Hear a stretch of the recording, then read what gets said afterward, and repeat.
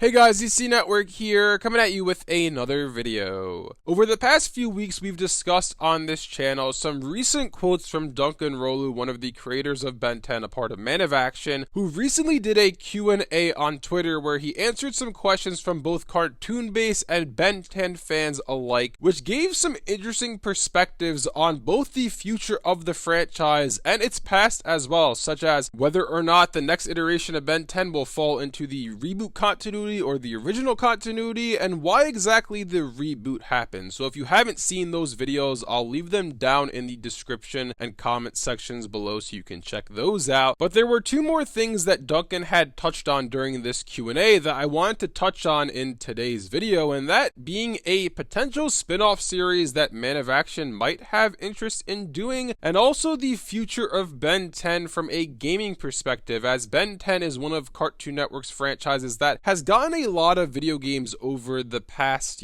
15 years or so. So our first question comes from Ronan Carpenter, who said, "Not sure if you can give it an answer, but has there ever been any interest to do a Gwen/Lucky Girl spin-off series?" And Duncan responds saying, "Yes, there's been a few attempts that never made it out of development, but there is always hope." So there you have it. It looks like Man of Action at one point had some interest in doing a Lucky Girl spin-off series, and I have a bit of a mixed reaction to reading this quote, and I'll tell you why. So first and foremost, in general, I think that Ben 10 is the perfect candidate to get spin-offs based on its franchise. Ben 10 has a huge world with a lot of different alien species and characters within it, and you can make a spin-off series on so many different things within the Ben 10 world. You could have a show on Azimuth and his creation of the Omnitrix and how that all came to be. I made a video on this channel a long time ago, I'll leave it in the card above, with my own ideas for a Ben 10 spin-off series titled Tennyson, where we could see Grandpa Max and his plumber days. He's said throughout the series, the original Alien Force, Ultimate Alien, and Omniverse, that he's the greatest plumber to ever live, or the greatest plumber from the planet Earth, but we never really get to see why that's the case. And I think that a spin-off series going into that, and going into Grandpa Max's past, like why was the Omnitrix originally meant for him? How does he know Vilgax from all of his years being within the plumbers organization? And pretty much everything I just mentioned about him being this world-renowned plumber, it'd be great for us to actually see that. It'd be great to see that on screen, so we get a little more depth and perspective within the Ben 10 universe. They could even do a spin-off series. There was rumors at one point that they were going to do a Kevin Levin spin-off series, and this was coming off of the reboot, so presumably it would have been a Kevin Levin reboot-styled spin-off series following him and the Omnitrix or Antitrix, whatever it's called in the reboot that he has. Here's the thing, and Lucky Girl, same thing with Lucky Girl. I think that,